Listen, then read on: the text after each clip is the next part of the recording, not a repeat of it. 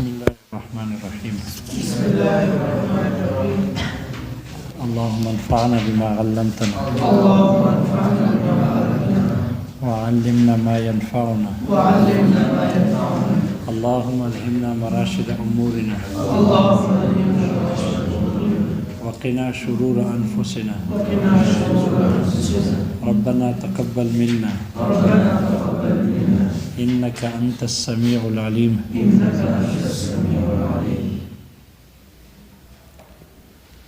بیان تبدیل.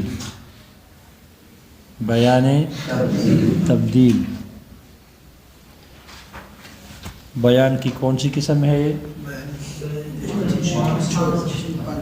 پانچویں قسم بیان تبدیل. چونکہ بیان تبدیل میں مباحث زیادہ تھے اس لیے ہمارے نسخوں میں ان کے لیے مستقل باب کو ذکر کیا، مستقل باب میں ذکر کیا. ویسے باقی چار بیانات کے لیے باب کا لفظ ذکر نہیں کیا، لیکن چونکہ اس بیان تبدیل میں مباحث زیادہ تھے اس لیے اس کو مستقل باب کے تحت ذکر کیا. بیان تبدیل میں 5 قسم کے مباحث کرتے ہیں.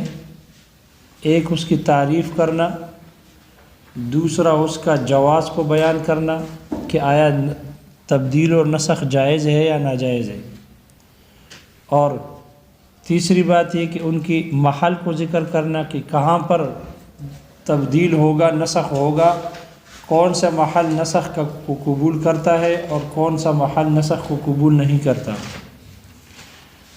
اور چوتھی چیز یہ کہ اس کے شرط کو بیان کریں گے کہ نسخ کے لیے اور تبدیل کے لیے شرط کیا ہے. اور پانچویں چیز ہے ناسخ اور منسوخ کو بیان کرنا. 5 چیزیں اس میں ذکر کریں گے. مصنف نے 4 ذکر کی ہے، ایک کو چھوڑ دیا. تعریف کو ذکر کی ہے لیکن اس کے جواز کو چھوڑ دیا کہ آیا نسخ جائز ہے یا ناجائز ہے.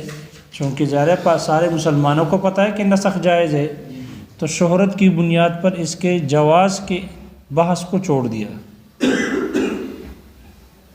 لیکن شارح نے سب سے زیادہ زور جواز ہی پر نقل کیا ہے. جواز ہی پر سارا زور شارح نے ذکر کیا ہے اور جواز کو ذکر کیا. سب سے پہلے ہے تعریف. جو تعریف مصنف نے کی ہے، نسخ لغت میں کہتے ہیں، لغت میں نسخ کہتے ہیں. نسخ کے 2 معنی آتے ہیں. ایک ہے الازالۃ والاعدام، کسی شے کو ختم کر دینا، معدوم کر دینا. اور دوسرا ہے النقل، نقل کے معنی میں. ازالہ اور نقل دونوں معنوں میں لغت میں اس کا استعمال ہے. جیسے کہتے ہیں نسخت الشمس الظل، سورج نے سائے کو مٹا دیا، ختم کر دیا. یا جیسے کہتے ہیں نسخت الریح الآثار، ہوا نے پاؤں کے نشانات کو یا نشانات کو مٹا دیے، ہوا نے مٹا دیا نشانات کو. تو یہاں اس معنی میں ہے الازالۃ والاعدام، ختم کرنے کے معنی میں، معدوم کر دینے کے معنی میں. اور نقل کے معنی میں بھی آتا ہے. جیسے کہتے ہیں نسخت النحل العسل، شہد کی مکھیوں نے شہد کو منتقل کر دیا. تو یہ جو نقل کے معنی ہے، نقل کے 2 طرح کا ہوگا. نقل و مکان الی آخر، ایک جگہ سے دوسری جگہ طرف منتقل کرنا ہوگا. تحویل شیء من مکان الی آخر، ایک چیز کو ایک جگہ سے دوسری جگہ منتقل کرنا.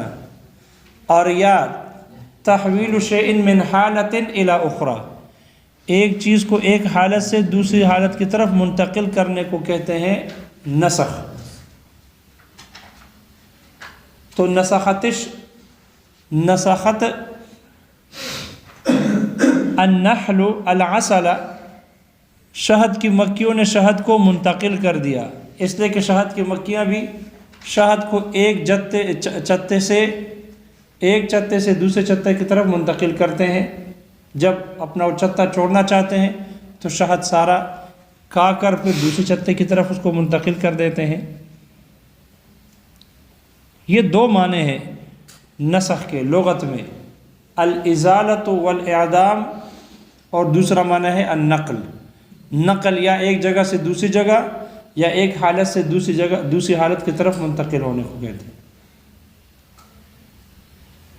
قاضی کہتے ہیں، قاضی اور امام غزالی وہ کہتے ہیں کہ یہ دونوں معنوں میں مشترک ہے، ان دونوں معنوں میں لفظ نسخ ان دونوں معنوں میں مشترک ہے،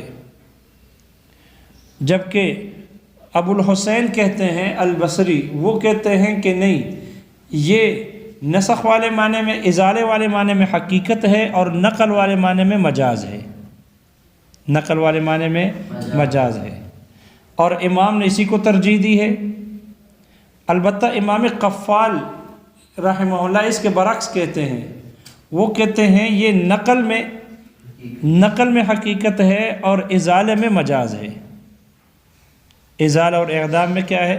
مجاز ہے، پہلے والے کے برعکس کے قائل ہے۔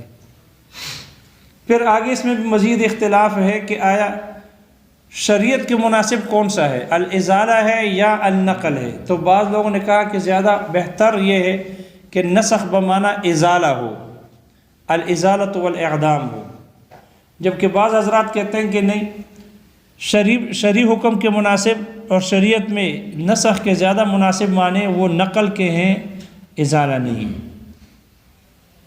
بہرحال نسخ لغت میں ان دو معنوں میں استعمال ہوتا ہے، الازالۃ والاعدام پہلا معنی، اور دوسرا معنی ہے نقل، منتقل کرنا، چاہے ایک جگہ سے دوسری جگہ کی طرف ہو یا ایک حالت سے دوسری حالت کی طرف منتقل کرنا ہو، ان دونوں معنوں میں استعمال ہوتا ہے۔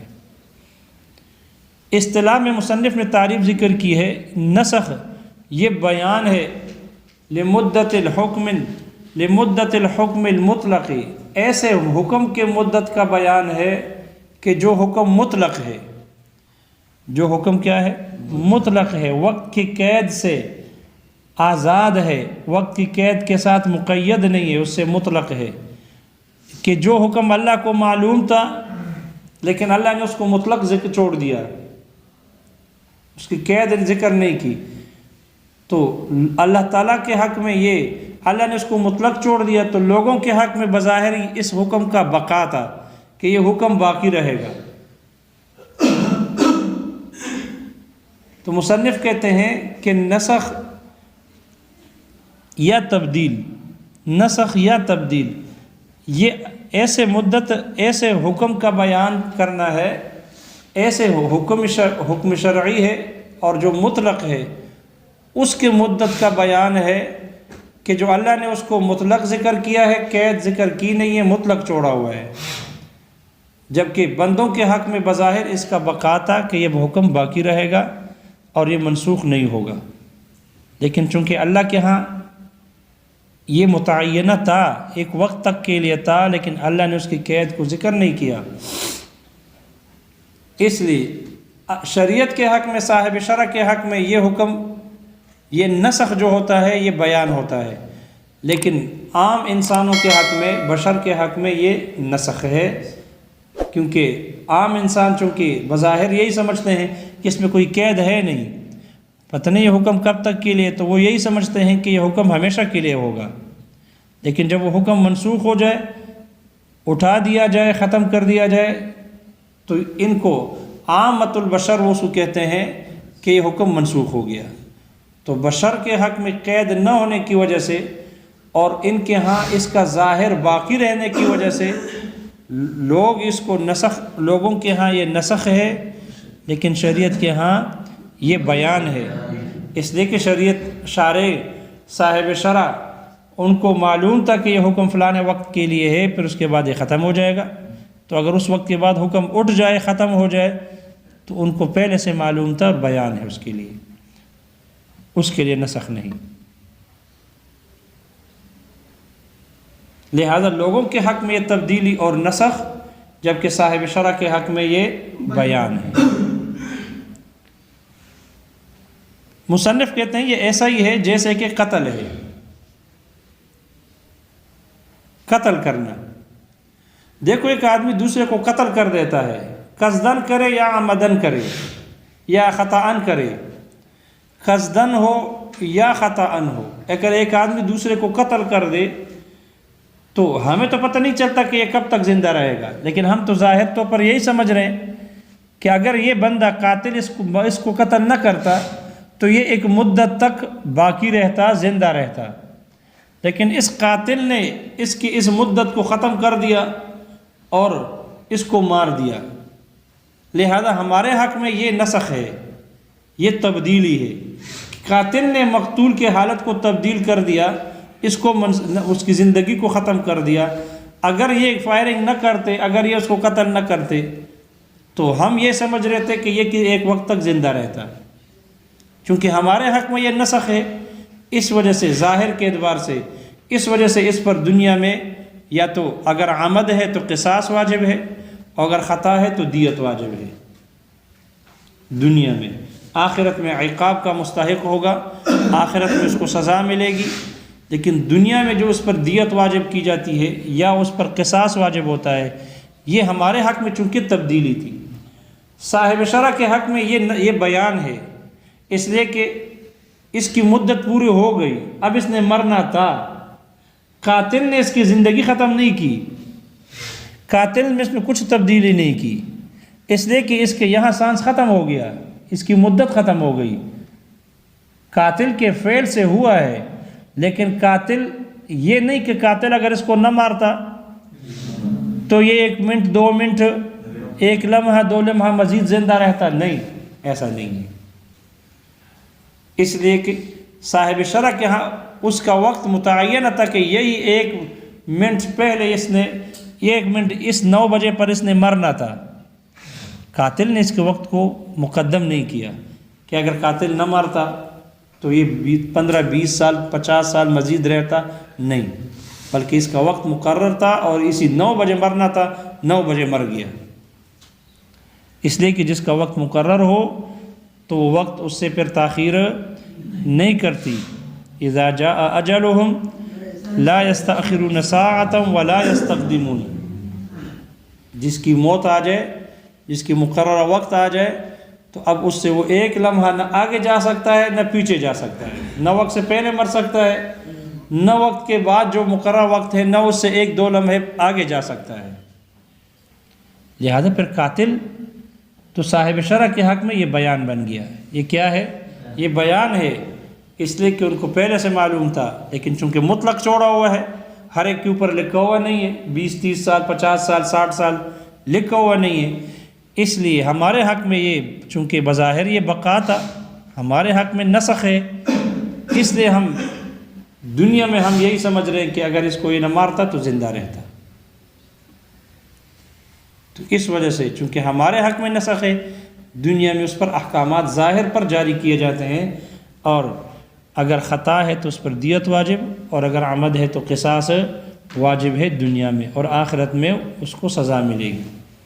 معلوم ہوا کہ یہ جو نسخ ہے یہ بندوں کے حق میں نسخ ہے، لیکن صاحب شرع یعنی اللہ تعالیٰ کے حق میں یہ نسخ نہیں ہے، بیان ہے۔ یہ اس وجہ سے کہا کہ شارح کہتے ہیں کہ علامہ شمس الائمہ نے اس نسخ کو بیان کے اقسام میں شمار نہیں کیا۔ علامہ شمس الائمہ نے رحمہ اللہ نے نسخ کو بیان میں سے شمار نہیں کیا۔ کیوں؟ اس لیے کہ بیان تو کہتے ہیں کسی حکم شرعی، کسی مسئلے کے حکم کو ظاہر کرنے کو کہتے ہیں، اور نسخ کہتے ہیں جو حکم پہلے سے ثابت ہو چکا ہے اس کے ختم کرنے کو کہتے ہیں، اس کے منسوخ کرنے کے، اس کے اٹھانے کو کہتے ہیں۔ تو پھر بیان میں کیسے شمار کرتے ہیں؟ اس لیے کہ بیان اظہار ہے، مسئلے کے حکم کو واضح کرنا، بیان کرنا، ظاہر کرنا، اور نسخ پہلے سے جو حکم ہوتا ہے اس کو اٹھا دینا۔ اس لیے شمس الائمہ رحمہ اللہ نے کہا کہ چونکہ نسخ بیان کے منافی ہے، اس لیے انہوں نے نسخ کو بیان میں شمار نہیں کیا۔ البتہ علامہ فخر الاسلام رحمہ اللہ نے اس کو بیانات کے اقسام میں شمار کیا ہے، نسخ کو بیان میں داخل کیا، اور وجہ یہ ہے کہ جو نسخ ہے یہ بھی بیان ہے، لیکن صاحب شرع کے ہاں بیان ہے، اور لوگوں کے نزدیک، لوگوں کے ہاں یہ نسخ ہے، اس لیے چونکہ صاحب شرع کے ہاں بیان ہے تو بیان میں داخل کیا۔ بیان میں داخل کیا۔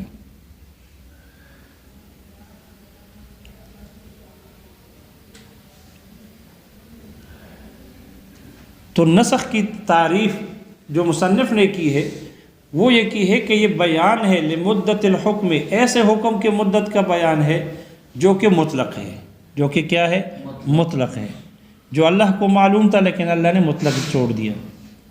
البتہ شارح نے اصطلاحی تعریف ذکر کی ہے، شارح کہتے ہیں کہ یہ بیان ہے لانتہائی حکم شرعی، ایسے حکم شرعی کے انتہا کا بیان ہے کہ جو مطلق ہے، عن التعبید والتوقیت، جو تعبید اور توقیت کے قید سے مطلق ہے، ایسے حکم شرعی کے انتہا کا بیان ہے،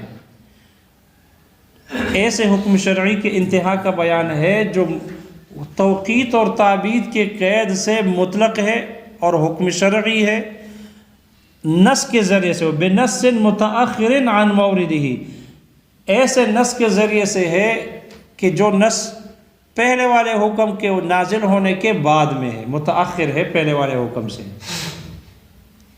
شارح نے یہ تعریف ذکر کی ہے، لہذا قیودات لگائی اس میں ہے کہ بیان جو ہے یہ بمنزلہ جنس ہے، بیان جو نسخ ہے یہ بیان ہے لانتہا، تو بیان یہ جنس ہے، تمام بیانات کو شامل ہے، لیکن جب لانتہا کہا بیان انتہائی حکم شرعی، انتہا کے قید سے باقی بیانات نکل گئے، مجمل وغیرہ نکل گئے، اس لیے کہ مجمل کے لیے بھی بیان کی ضرورت ہوتی ہے، خفی کے لیے بھی بیان کی ضرورت آتی ہے، مجمل کے لیے بیان آتا ہے، خفی کا خفا تو غور و طلب سے دور ہو جاتا ہے، لیکن مجمل کے لیے مجمل کی ضرورت ہوتی ہے، اس لیے مجمل میں بھی بیان کی ضرورت ہوتی ہے، لیکن بیان سے وہ ختم نہیں ہوتا، اور یہ بیان سے کیا ہو جاتا ہے؟ ختم ہے۔ اس لیے یہ بیان جو ہے جنس کے درجے میں ہے، سب بیانات کو شامل ہے، جب انتہا کہا تو اس سے مجمل وغیرہ نکل گئے،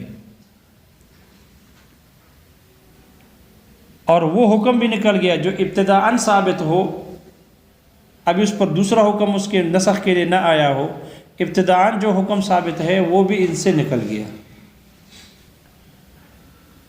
پھر حکم شرعی، حکم شرعی کہا، اس سے احتراز ہوا حکم عقلی سے، کہ جو حکم عقلاً ثابت ہوتا ہے اس سے بھی احتراز ہے۔